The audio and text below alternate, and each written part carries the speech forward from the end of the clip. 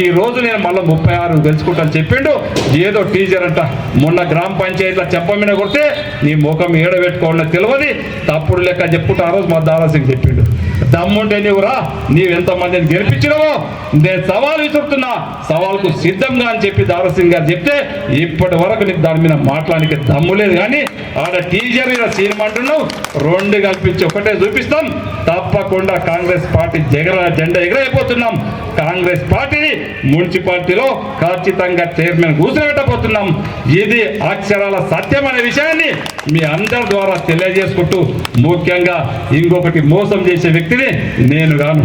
నేను ఒక 30 సంవత్సరాల నుంచి నేను రాజకీయంలో ఉన్నా. నేను ఒక జెడ్పీటీసీగా ఉన్నా, ఒక డీసీసీబీ చైర్మన్గా ఉన్నా, 2 సంవత్సరాల నుంచి ఎమ్మెల్యే చేస్తున్నా. నేను దీనే కూడా సిద్ధం. నేను ఒక జెడ్పీటీసీ చేసిన, ఒక తెల్ల పేపర్ లాగా ఒక మచ్చ లేకుండా పనిచేసిన, ఒక ఉమ్మడి రంగారెడ్డి జిల్లాలో ఒక డీసీసీబీ చైర్మన్ చేసిన.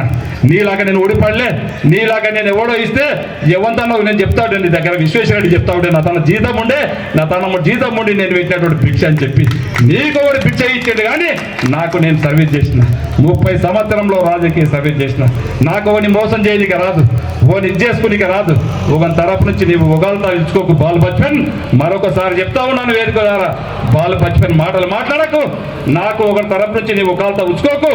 ఎవరికి ఏం చేసిందో వాళ్ళు మాట్లాడితే నేను వారికి సమాధానం చెప్తా.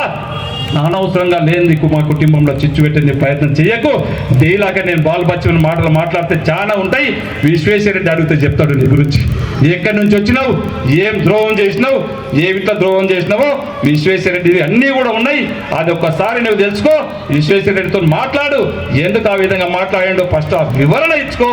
అప్పుడు నా గురించి మాట్లాడు, మా కుటుంబం గురించి మాట్లాడు. మేము ఎవరికైనా మోసం చేస్తే దాని గురించి మాట్లాడు. నీవు తాండూరు ప్రజలను మోసం చేసినావు. కాంగ్రెస్ పార్టీని గెలిపిస్తే కాంగ్రెస్ పార్టీని అమ్ముకున్నావు, 100 కోట్లకు అమ్ముడపోయినావు. నేను ఆ రోజు చెప్పిన తాండూరు ప్రజలకు నేను 7వ గ్యారంటీగా ఇస్తున్నా. ఎక్కడ కూడా గబ్బార్ సింగ్ ట్యాక్స్ పోయిన గతంలో చేసినట్లు గబ్బార్ సింగ్ ట్యాక్స్ వసూలు చేయడం జరగదు. నీళ్ళకి అక్రమాలు చేయడం జరగదు. గవర్నమెంట్ భూములను ఆక్రమించుకోవడం జరగదు. దాన్ని ఒక్కు పాదంతో తొక్కేస్తాను చెప్పినా ఇంకా నీ ఎంబడి కూడా పడేది ఉన్నది. నీవు కూడా గవర్నమెంట్ భూములు ఎక్కడెక్కడ చేసుకున్నావో తెలుసు. ఆ వెండింటి కూడా చిత్త విప్పేది ఉన్నది. ఇంకా వెండింటిని ఎంబడి పడితే నీవు ఇక్కడ కనపడవు. తాండూరు ప్రజలు నీవు చేసిన ద్రోహానికి రాళ్ళు తీసుకొని కొడతారనే విషయాన్ని మీ ద్వారా తెలియజేసుకుంటూ గట్టిగా మళ్ళొకసారి ఏ దానికైనా నేను చర్చకు సిద్ధం. ఎవరు ఒకళ్ళతో పుచ్చుకోకు, ఎవరికి మోసం చేసినో నేను దానికి సిద్ధం. నేను తాండూరులో ఈరోజు ఒక ఎమ్మెల్యేగా లేను, 25 సంవత్సరాల నుంచి వ్యాపారంగా చేస్తున్నా. వ్యాపార పరంగా కూడా ఏ దానికైనా సిద్ధము, బిజినెస్ పరంగా కూడా సిద్ధము. ఈరోజు రాజకీయ పరంగా కూడా నేను తయారునని చెప్పి కూడా వేదిక ద్వారా వారికి సవాల్గా విసురుతూ మరొకసారి నేను మీకు అందరూ కూడా చెప్తా ఉన్నాను. గౌరవ ముఖ్యమంత్రి గారి సహకారంతో తాండూరు పట్టణాన్ని, తాండూరు మండలాలన్నీ, తాండూరు గ్రామాలన్నింటినీ కూడా ఒక ఆదర్శమైన నియోజకవర్గంగా చేసుకుందాం. ఖచ్చితంగా అన్ని రంగాల్లో అభివృద్ధి చేసుకుందాం.